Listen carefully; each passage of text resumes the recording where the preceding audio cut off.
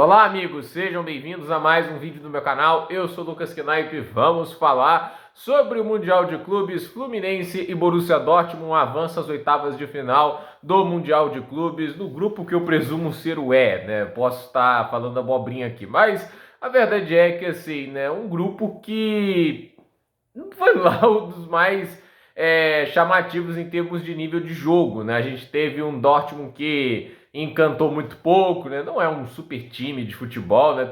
Acho que é legal a presença do Jobe Bellingham, que é o irmão do Jude, e que vem mostrando sinais muito interessantes, né? E do outro lado, assim, tem o Fluminense do Renato Gaúcho, que mostrou um bom nível de futebol e surpreendeu o Dortmund, mas teve um trabalho muito grande para vencer o Ulsan de virada na segunda rodada. E hoje contra o Sandals, aquele jogo definição do modorrento, né? Tipo, um joguinho bem qualquer coisa de futebol. 7 finalizações para cada lado, sendo que o único time que finalizou na direção do gol foi o Sandals. E é um pouco curioso, né? Porque o Fluminense não estava classificado, né? Tipo, não é como se estivesse com a vaga garantida. Se o Sandals ganhasse, eles estavam na próxima fase. Porém, não conseguiram e os brasileiros todos avançaram às oitavas de final, né? Isso é muito bacana. Óbvio, a gente só tem garantia de que um brasileiro vai estar na próxima fase, porque tem um confronto entre dois brasileiros, entre Palmeiras e Botafogo. Mas fato é que a gente teve, num contexto geral,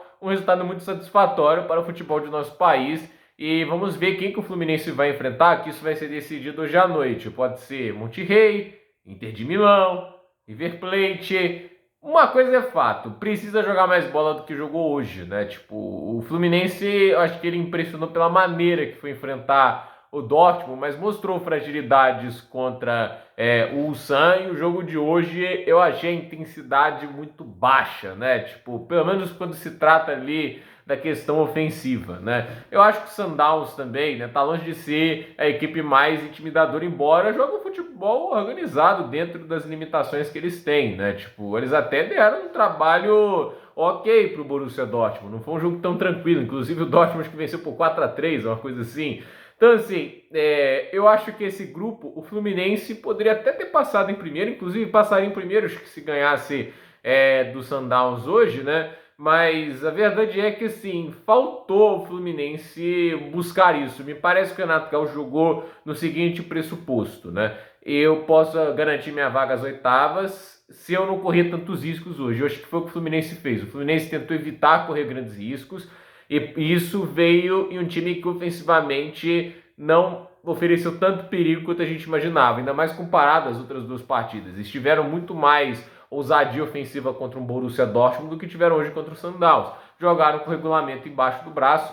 Eles até acho que olham pelo aspecto de que passar em segundo talvez dê um adversário mais acessível do que o lado da chave que passa o primeiro lugar, porque o primeiro lugar vai para o lado da chave que tem lá Manchester City, que tem esse tipo de time. Então eu acredito que nesse aspecto eles olhem e falem, né? Tipo, é melhor passar em segundo lugar, né? Pelo menos eu acho que essa é a visão. Posso estar falando bobagens aqui, mas de qualquer jeito, a gente tem o Fluminense avançando, mas precisa jogar um pouco melhor, porque realmente não foi uma atuação daquele nível que apresentou lá na primeira rodada, e até mesmo nos bons momentos da segunda rodada, porque os momentos ruins a gente viu, o Fluminense chegou a estar perdendo o jogo para a equipe da Coreia do Sul.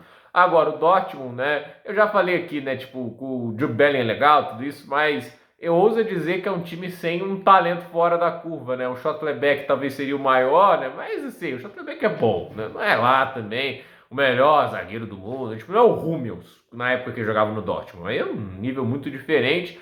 E o Serhou Guirassy é um bom centroavante, mas você sabe, é bom, entende? Não é assim, o novo patamar na posição. Eu não coloco dessa forma. Então, para mim, eu vejo que o time do Borussia Dortmund ele consegue avançar às oitavas de final e não cria muitas expectativas pelo futebol que vem jogando. Porém, eu acho que isso tem que ser dito, né?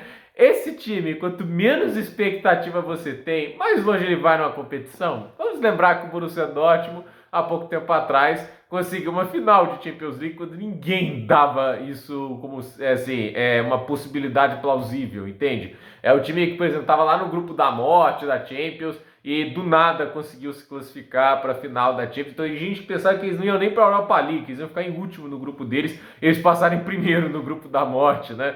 É assim, talvez quanto menos expectativas a gente colocar no Dortmund, melhor. Talvez melhor eles vão conseguir performar e eu não duvido deles irem longe, até porque a gente está falando de um modelo de mata-mata que é diferente do da Champions. Não tem jogo fora, jogo dentro, né? É um jogo só. Então, assim, muita coisa pode acontecer em um jogo só. O jogo único tem essa mágica, né, de que a margem de erro, né, a margem que você tem para essas falhas é muito pequena. Então, eu acredito que o Dortmund não pode ser subestimado, por mais que assim seja um período que eles passam agora com um novo técnico, se não me engano, o Nico Kovac, o novo técnico deles, e mais do que isso, né, seja um time que não encante ninguém em termos de talento, né? Tipo, já teve equipes do Dortmund, o Dortmund já teve Lewandowski, já teve jogadores como o Mkhitaryan, já teve o Aubameyang, Dembélé, há pouco tempo atrás tinha Erling Haaland, Jadon Sancho e Jude Bellingham, entende? Esse time já encantou mais em termos de talento e já brilhou mais no mercado de transferências na hora de garantir aquele jogador fora de série que podia, obviamente, pelo menos, se não mudasse o patamar do nível do elenco, pelo menos trazer aquele quê de respeito que, assim, todo clube deseja na hora de ser enfrentado, né? De não achar que vai,